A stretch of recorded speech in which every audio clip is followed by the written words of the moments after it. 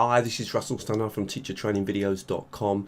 Going to make a video here where I show you various ideas that you could use for teaching English using Zoom. I'm going to try and make it a bit of fun and just open your mind up to a few possibilities that you could use Google Earth or Google Maps. I'm also going to show you that if your book has the interactive whiteboard software, or even if it has a PDF version, then you could use that in interaction as well. And I'm also going to point out that it is possible to have multiple students writing on the screen with Zoom, and if you change that setting, then you can have students all writing on the screen at the same time. I've been talking to a few friends of mine that are teachers and saying actually that works quite well.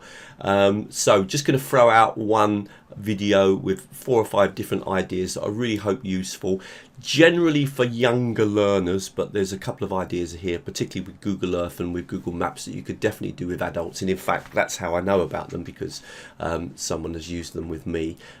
So let's get into the video. Really hope you like it. As always, if you do, please like it, please share it with other teachers. I think it's really important to do that at the moment. Any comments, leave it in the section below, and if you really want to keep up with my work, come and follow me on teachertrainingvideos.com. sign up to the newsletter. You keep up with all the blogs and the webinars and the online courses, etc. Or you could also join me on my YouTube channel. Let's get started.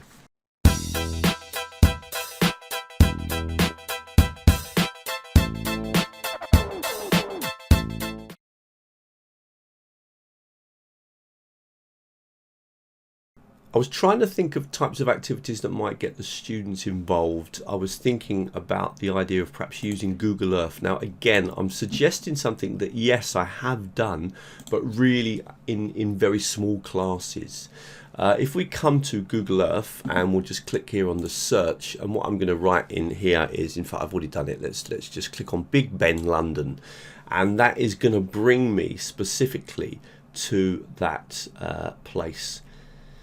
Now what we could do is do an activity, for example, where the students might do a little bit of research on a particular place, and then they could take it in turns to present that place. Now they could be working in 2s or 3s as well, so obviously 2 or 3 students can have their microphones on and speaking at the same place, so they could then be talking a little bit about the particular monument that they've chosen, and maybe describe some of the things around. So I could say, right, okay, so Big Ben is situated by the River Thames, and it's next to the Houses of Parliament, and it's famous because of the bell that's inside.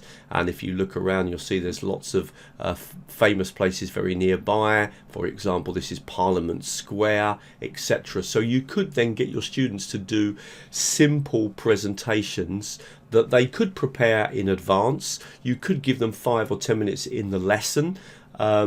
You could put them into breakout rooms. I've got a video on how to put students into breakout rooms in preparation for this, and then bring them back to the main lesson. You do need a fairly good internet connection to do this. There could be easier ways of doing this. I'm going to show you another technology, but the way that this technology works is really nice. You just simply click here, choose a place. Okay, we was looking at Versailles, and it will just fly you off to that particular place. And then you have got a few navigation options once you've done that as well. You click on these buttons here to come in closer, okay, and you've then also got either a 2D view or a 3D view, and the 3D view is lovely because it normally moves you around. Again, see someone presenting this, they would need the preparation time, and obviously it would depend on their level how detailed that presentation could be, but I just think this could be a lot of fun.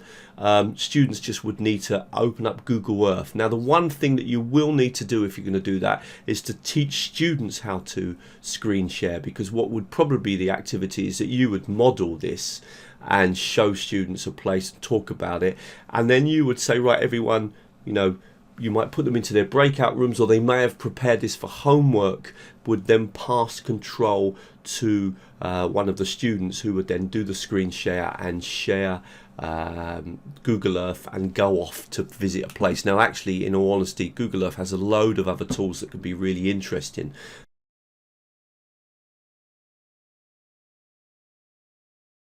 Okay, I'm on Zoom.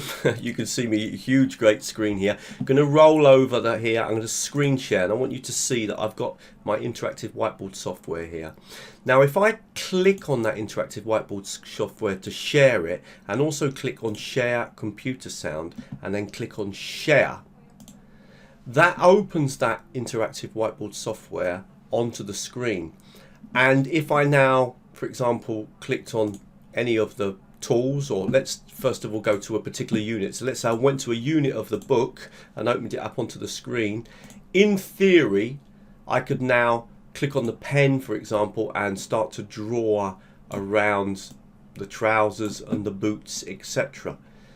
Now, what I could also do, though, is pass control. Now, by coming up to here, I can actually pass control. I need to go back onto the mouse.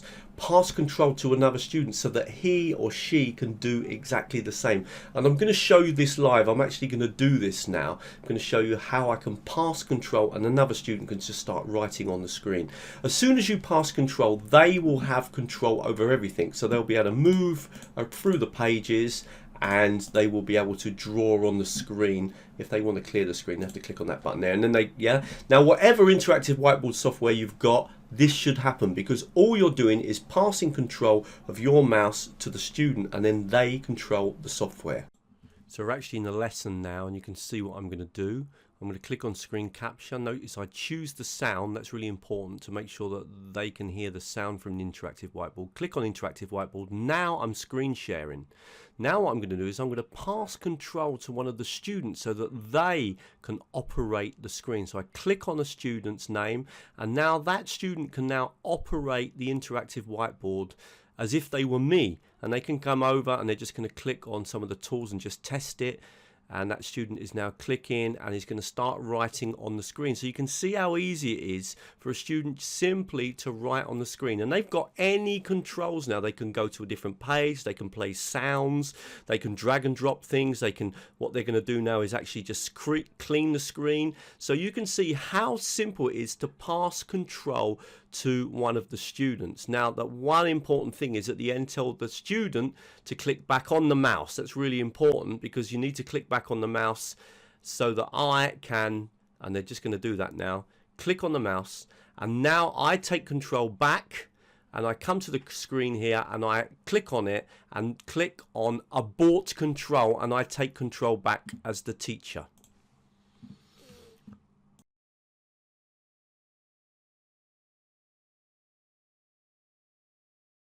If I come over to settings here, if we look at this window here, notice you've got enable the remote control of all applicants. Now I believe that if you've got that set, that will actually allow all of the students to be able to access the remote control automatically. It would allow everyone to be able to note on the screen. So with that in mind, if you were then to come back and click on screen share and share your whiteboard and say open your whiteboard onto the screen, and what I've done here is I've drawn 4 squares and then I've numbered them. Probably best to put the number into the same place. I'm just going to click back here and move that number over. Should be able to do that, move it there. Okay, then in theory you could ask one student to write in this window and then another student to write in, let me just click on the tool, so someone could write here, someone could write here, someone could write here, and someone could be writing here, because you can actually therefore have all 4 students working at the same time. And then once you've done that, you can always come down to here and open up another page. I think that's going to just give you a second page. So now you've got a first page and a second page. So it is actually possible, and you'd have to experiment a little bit with this. And I haven't done many classes with young learners working with this tool. So this is really something that I'm just suggesting and that other teachers have told me. But it is possible to have various people actually all working on the screen at the same time. So just keep that in mind. That may be something you might want to look at. Now I'm going to show you a further idea that I think might be quite interesting in terms of bringing in other technologies that could make perhaps the lesson interesting, perhaps make use of the audio, and I'm going to suggest something.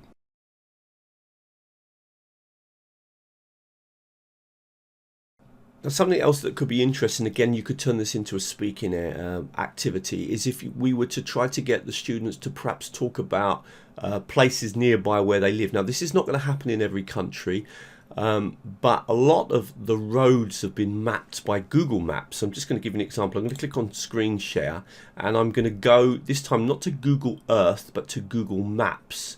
And if I just click up, I think I've got it already on the screen. I was just playing around with it. I'm just going to share that screen. Just going to come out of that a minute. So let me just click on that to come out.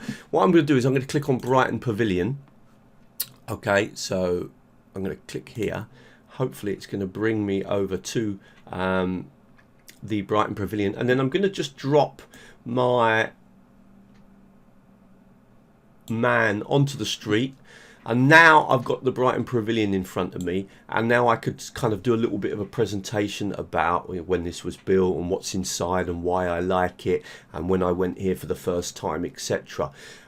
So this sort of thing could be a real possibility.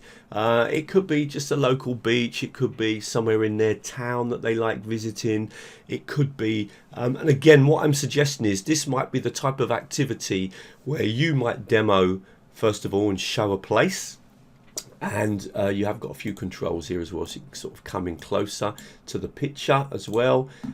You don't forget you can even kind of move around the street as well, so you can kind of do that and then move around different angles. That is a possibility. When you want to come out, you just click on here. When you visit, say for example something like this, you may even find that then you could go to get another view of it. Let's see if I can perhaps drop myself here on the road. Let's just see.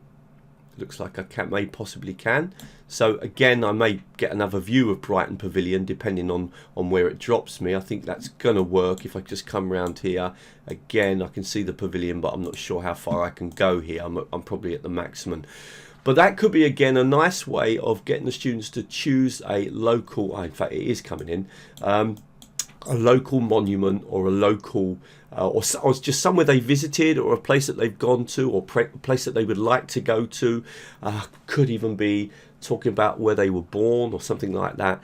And then again, you doing a model example and then possibly getting the students to do the same.